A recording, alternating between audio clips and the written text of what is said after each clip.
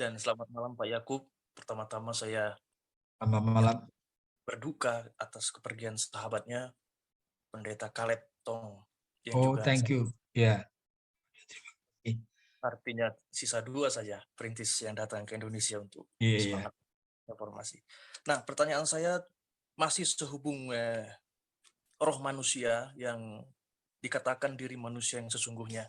Nah, saya coba compare dengan pandangan filosofis, tentu bukan membandingkan, tapi berharap dapat mengurainya. Dalam pandangan filsafat yang sependek yang saya tahu, diri roh manusia itu dipandang sebagai diri yang sejati. Artinya, itu memang sesuatu yang dikejar ya, sesuatu yang diimpikan, karena memang sesuatu yang normatif. Nah, tidak faktual, kita akan terus-menerus untuk mencapainya. Nah, kalau melihat situasi itu, maka ada satu skema yang bisa digambarkan posisi dari tubuh, jiwa, hati, dan roh. Itu dia bentuknya itu artinya jadi seperti lingkaran luar, agak dalam, dan makin dalam adalah roh. Nah, bila dibandingkan tadi dengan Yohanes 1 dengan Yohanes 1 ayat 13 kita ambil itu gitu, bahwa ada ada ada semacam pekerjaan Roh Kudus yang membuat orang menjadi lahir baru. 1 Petrus 1 ayat 23. Dia menjadi ciptaan yang baru.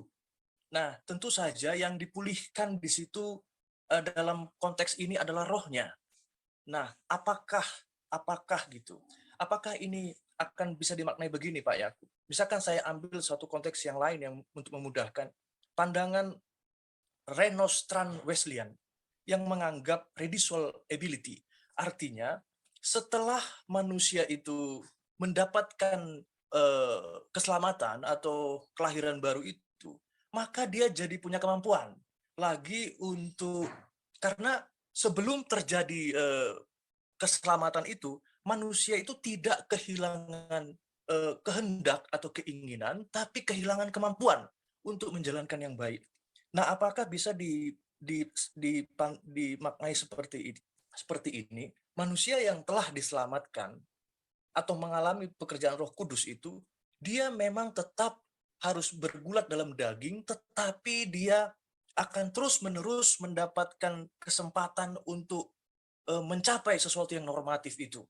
Sedangkan yang tidak, maka apapun upayanya mencapai diri yang sejati itu akan kesulitan karena kemampuan itu tidak punya. Apakah bisa demikian? Terima kasih. Iya, saya rasa sih itu konklusi bagus sekali, Pak. Betul. Iya. Jadi kita ini yang sudah betul-betul percaya ya, kalau kita dilahirkan baru, kita itu menjadi posse non pecare. Gitu. Bisa untuk tidak berbuat dosa. Ya. Nah, itu berarti bisa oleh karena apa? Oleh karena kita tidak sendiri. Roh Kudus itu disebutkan berdiam di dalam tubuh kita. Ya kita itu akan ditolong jika kita mau. Gitu. Nah, sehingga seharusnya di dalam kehidupan masing-masing kita ada suatu yang kita sebut sebagai progressive sanctification.